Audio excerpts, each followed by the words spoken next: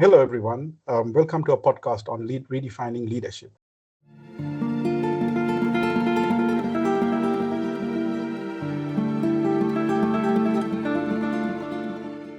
Our first podcast from the series of leadership.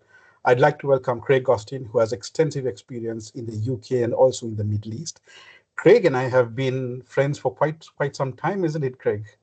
We certainly have. Been a long time, Rifki. It is. So thank you very much for being on the podcast. I would like to welcome you officially, and I would like you to introduce yourself to our audience. Perfect. Yeah, thank you for the invite to start with. And I think, as you know from our relationship, this is a very important subject. And I think in terms of leadership, this is a very challenging time for many leaders. My background, yes, to answer your question. So I've been in financial services, both in the UK and the Middle East for a high proportion of my time. I've also operated in the consultancy capacity for organisations such as PwC, etc., and a couple of startups. I've spent a lot of time in the executive coaching space, and that's a real passion of mine, and leadership development, and that's kind of where I am as we speak at this stage. All right, thank you so much. It's a very high level subject, and it's a lonely journey for most of the leadership. The challenges they face, what has brought them up to that level. So let's start with the first segment. What would be the best definition of leadership, Craig?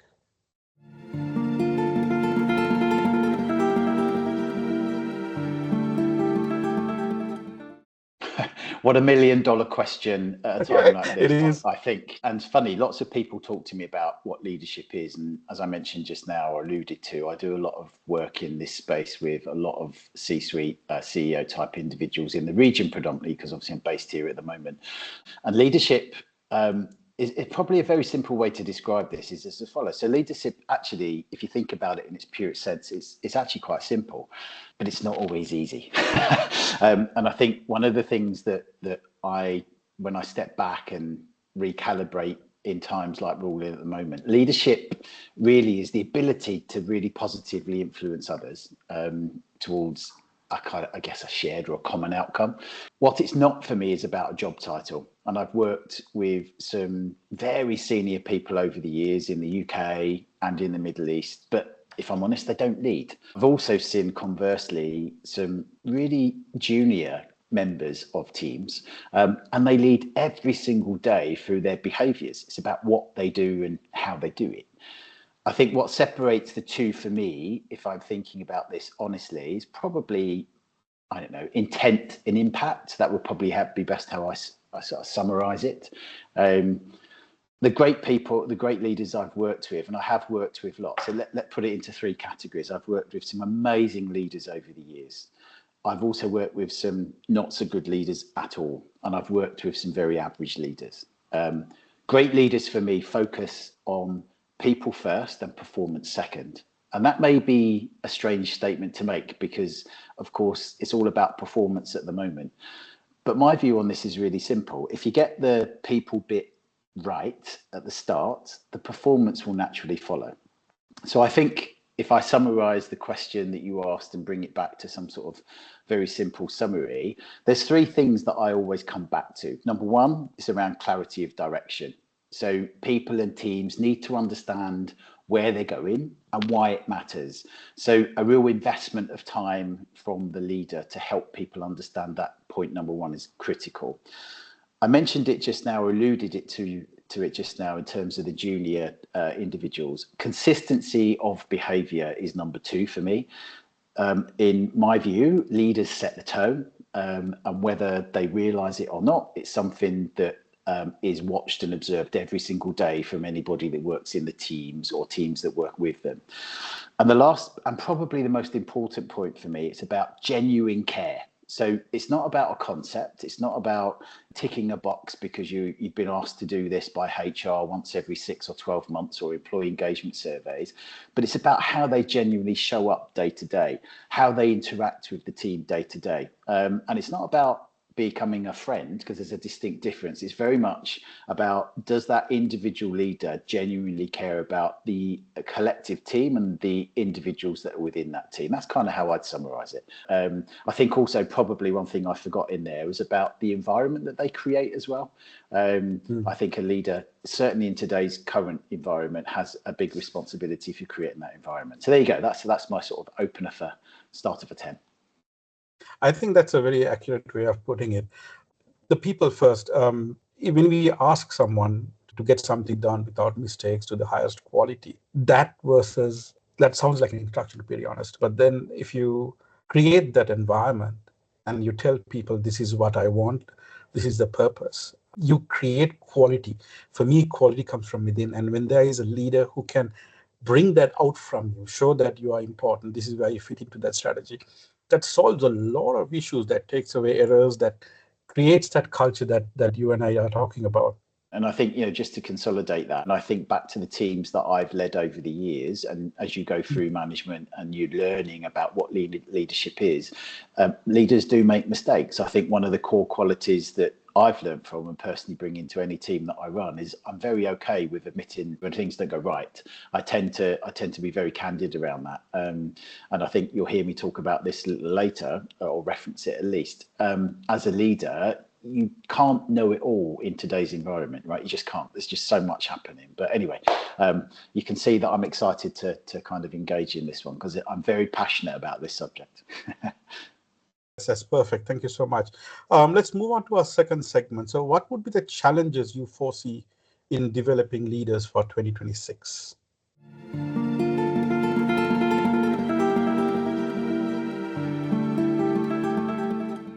Again, another big question. So I'll try and summarize this as best I can. There's probably a couple of big shifts that I think we need to pay attention to.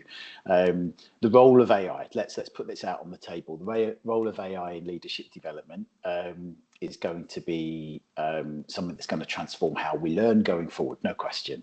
I think we've all got personalized learning journeys. We've had instant feedback and we get access to knowledge at a level we've never seen before. And that's what AI does for us. And I think there's also a sort of a mindset that a leader has to accept, whether you like it or not. This is something that's not going to go away. So you have an opportunity to resist it or embrace it. And again, those leaders that I am currently working with are very much embracing it, but quite rightly are asking the questions. There's some risks with this, right? So my view is, again, quite simple.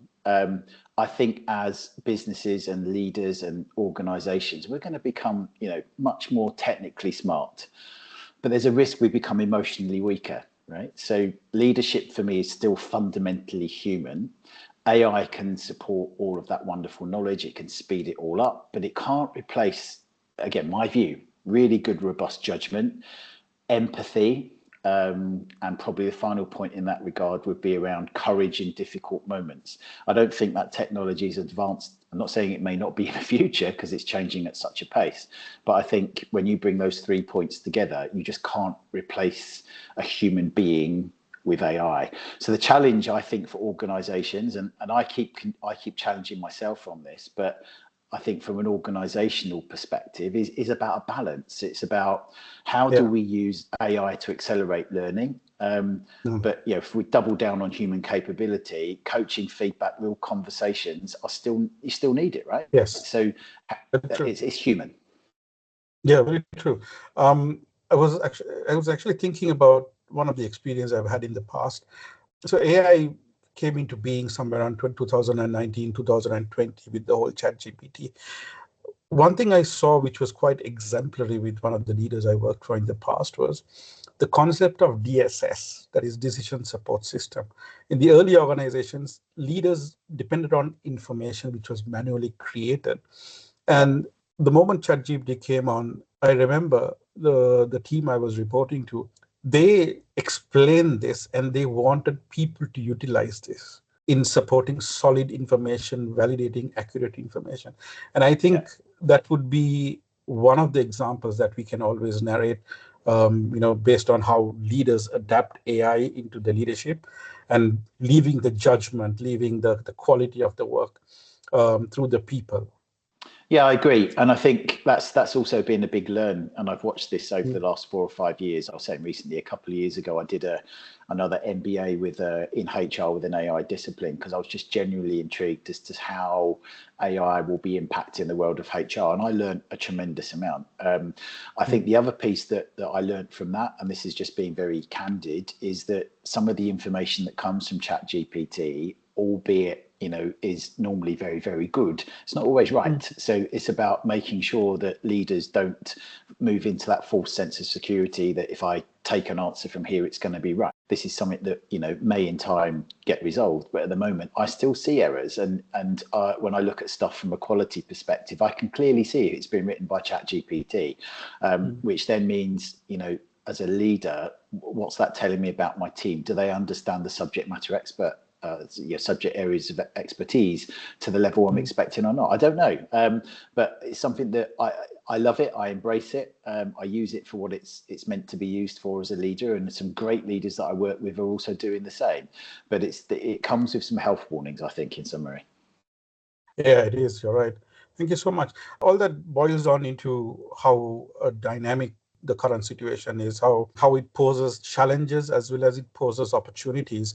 And with everything that's going on in the region and across the world, this takes us back to the concept of VUCA, that is volatile, uncertainty, complexity, ambiguity, which has been around, I think, since the 1970s or the 1980s, an old military concept, which a lot of the leaders have been trained in and known how to adapt. So it actually paves the way for the third segment. We are familiar with the whole VUCA concept to leadership. And I found through research that the world has moved towards a new concept called BANI, that is brittle, anxious, non-linear, and incomprehensible. What do you think about this?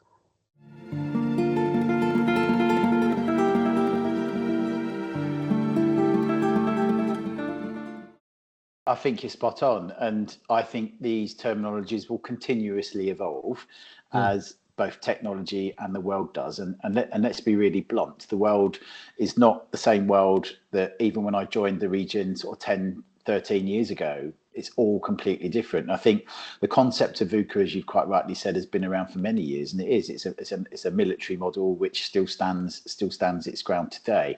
But I think BANI, if I summarise that, you could argue VUCA helps with the complexity of situations, and I think still has a place. But from a BANI perspective, it helps us understand how it feels to live in that complexity. That would probably be my summary.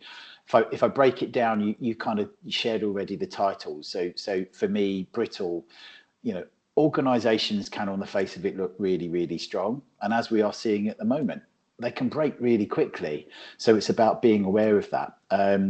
Anxious, and the anxiety that's created for that. I think now, again, more than any other time I can remember in my career, people are carrying constant low-level stress with them. So it's almost now part of everybody's DNA because of the amount of change and activity that's happening, not just in the region, but globally, and the impact of that. Non-linear, which is the N of BANI, this is, how would I summarize it? The effort doesn't always equal the outcome anymore. So whereas before you would have a linear approach from A to Z, it's not like that. And you can put in so much effort into scenarios, but you don't always get that outcome you need. Or sometimes, and we can reference Chat GPT, you can put in minimal and get a fantastic output. And I think the I, from an incomprehensible perspective, not everything makes sense anymore. And it creates a level of, how would I describe it? Uncomfortable.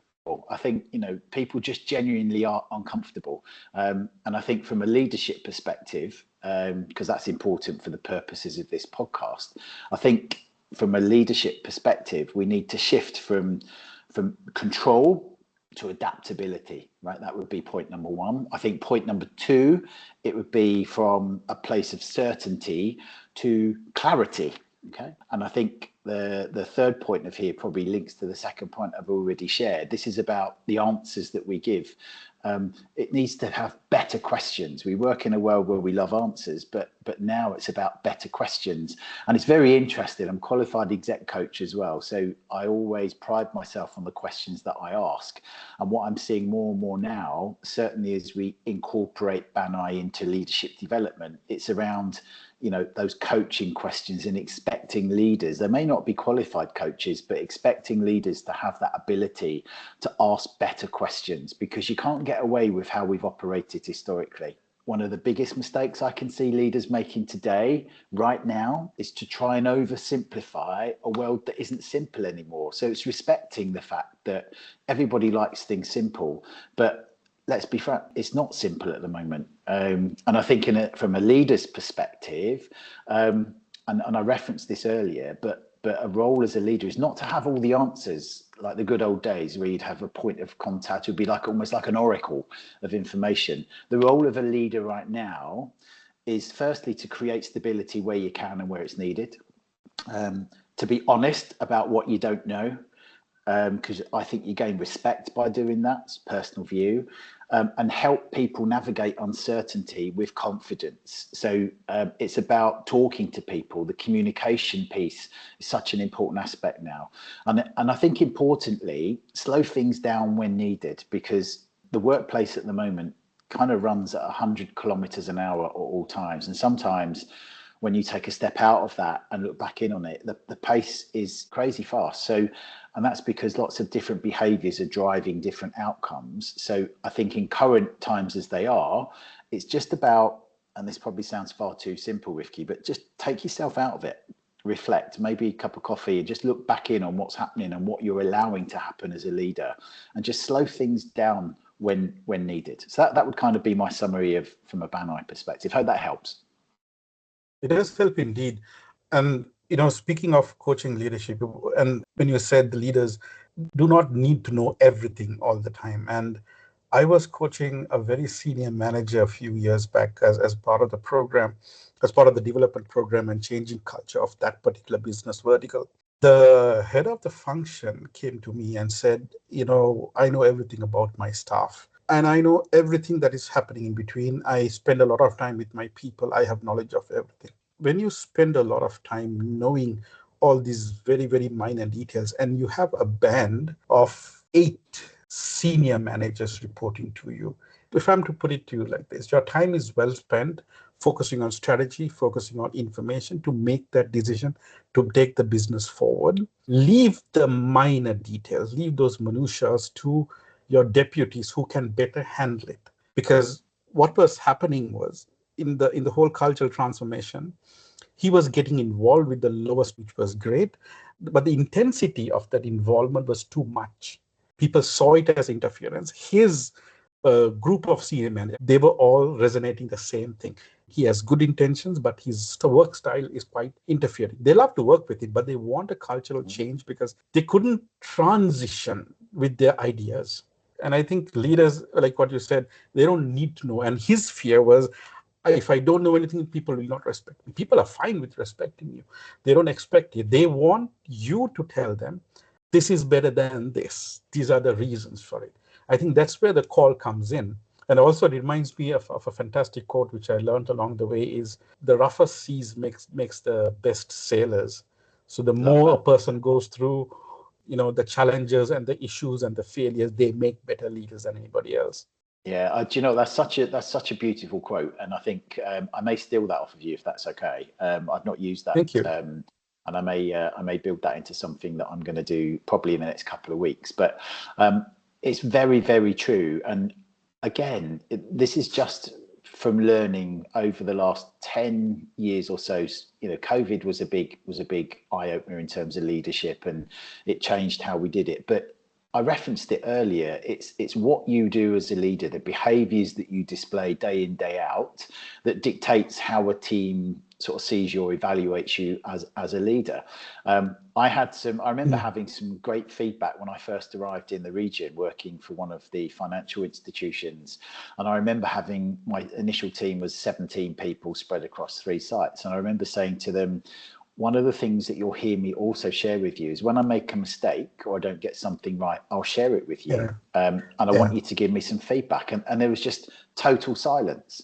And when I asked why, is that they'd never had a leader that actually had shared that very honestly before.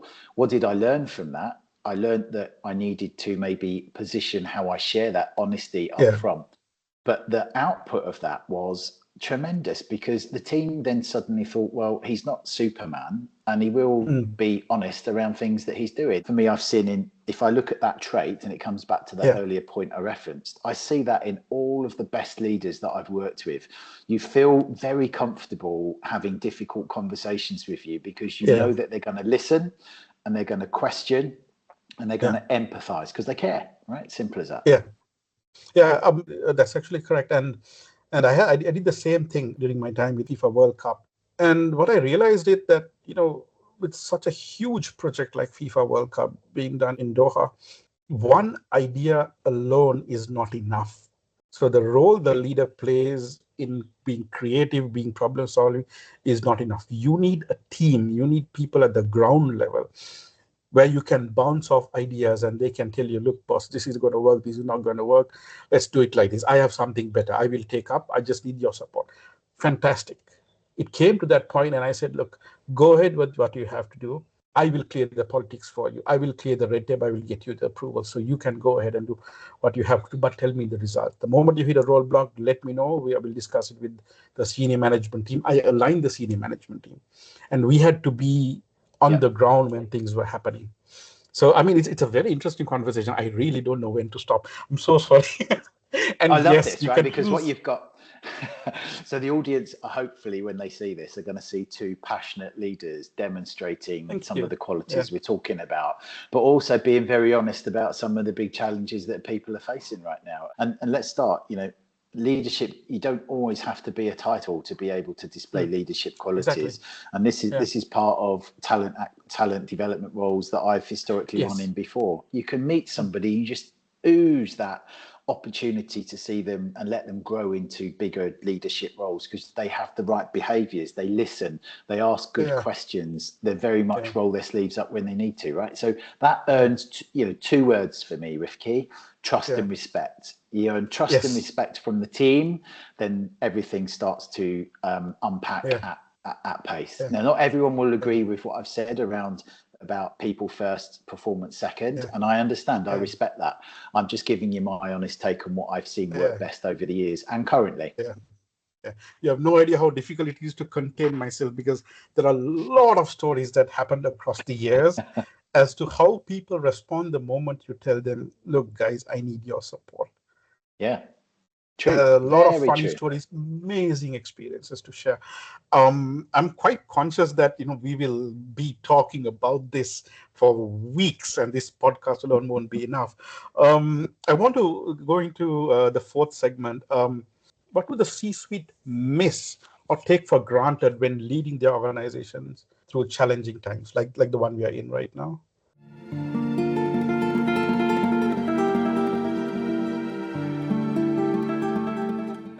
Yeah, and look, the one that we're in right now, I don't think we've ever seen anything quite like this before. Certainly on a personal level, I haven't. Obviously, there are many synergies to COVID, but obviously without the restrictions. But to answer your question, it's quite an interesting one, and I've seen it quite consistently.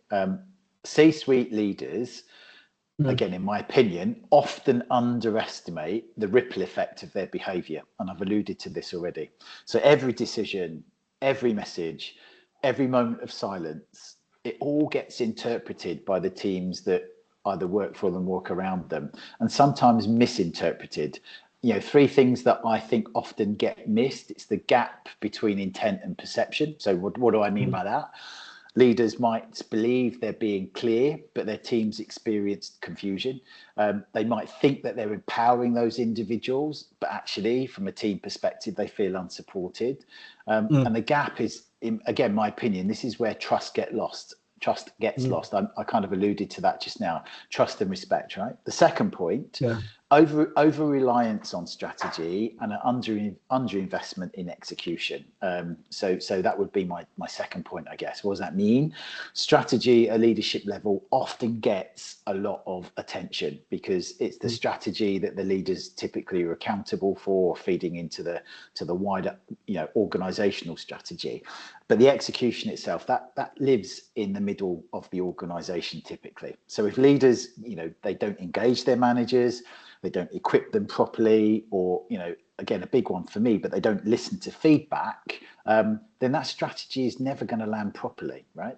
The emotional climate of the organization, and this is an interesting piece, right? So I use those words very clearly. It's the emotional climate of the organization. During challenging times, leaders often focus on cost, right? They often focus on performance and they focus on delivery. Again, my opinion, sometimes they actually miss the emotional state of the organization. And that's the thing that drives everything else, right? People don't perform at their best when they feel uncertain, disconnected, or unheard.